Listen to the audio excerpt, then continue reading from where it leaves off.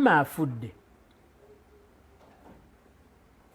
Gravity nga nkotinga bigambo bye yagamba ewaabwe yeye kaali n'emmotoka ekitegeeza obuvunaanyizibwa bungi obumukola ki obumuliko obwetaavu kati obuli mu kyalo simanye bamaama abadde abeera wano mu Kiwunya kuba Gravity bamuzaalira mu Kiwunya babadde bawangalira alina okuba kakati awo wateekwa okubanga waliwo obwetaavu. Akatambika Eddy Sendi ng'agamba Gravity omutujju agenda ayimbe ku concert gye babadde bamutegeseeko olunaku olw'eggulu lyafiiriddwa maama we. Ngenda kakuzanyira okuva gye katandikira paka gye kaggwera omanyi buli omu endowooza ye kya bugagga kye. Ate munnange n'omuntu tosobola mujajinga ng'asirise omuntu amala kwogera n'ogamba ono alimukko ku magezi oba oli n'ayogera n'ogamba oyo byayogedde temuliimu nsi omusajja bulijjo muwa ekitiibwa naye nga byayogera temuli Musa. Eddy Sendi avuddeyo n'ategeeza Gravity omutujju mu bukyandibadde kya bugunjufu nnyo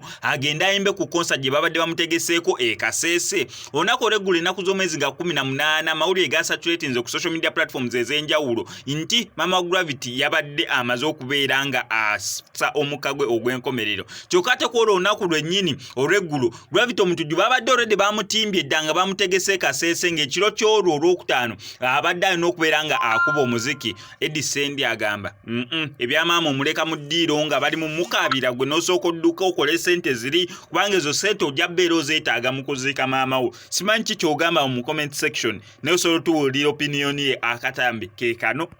Naye nga sinabeeranga nkakuterako bamika nkusaba subscribe nga nko SMX Media tojja kwera mu misinga. Gravity bamuzaalira mu Kiwunya babadde bawangalira alina okuba kakati awo wateekwa okubanga waliwo obwetaavu bwe baba nga bamutwala mu Eastern Uganda gye basibuka naye waliyo obwetaavu sente zeetaagibwa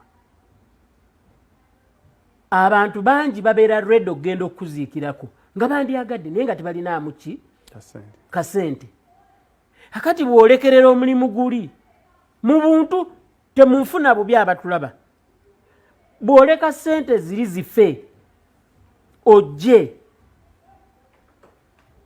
kati Sendi emotionally yes nkubamu Gravity atali muyimbi nga Silver Kyagulanyi ab'empola nti olina okuba ne vibe olina okubuuka olina okukola ki nti byonna at the back of your mind Sendi gyalolooze nti maama we ali mu ddiiro tonnagendayo oli ku stage okuba enduulu owanisa obutebe. Sendi wuliriza ngenda kunyonyola kino abantu bangi tukimanyi mu performing arts mu industry gy'olimu abantu ne ku TV ne radio abantu babeera aba on set nga kabwanango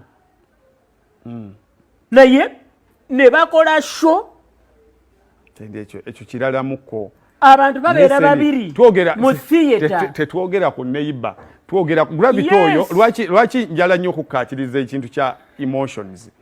Gravity ndooza abantu beewaabwe maama we gwasinze okutulaga ennyo era bakwatagana nnyo. Absolutely. Sendi siraba mwana oyo bwayimirira ku stage n'atukuba okuva ku wina paka we tuli ku dokita. It is a matter of and nabanyonyode n'enkugamba it is a tough decision and tough decisions are made by tough people. Waliwo abayimbi baali bakadongo kamwedda bagenda n'omwana mu ttuwa omwana n'afiirayo ne basooka bamuteeka mu nnyumba ne baggalawo ne bagamba bwe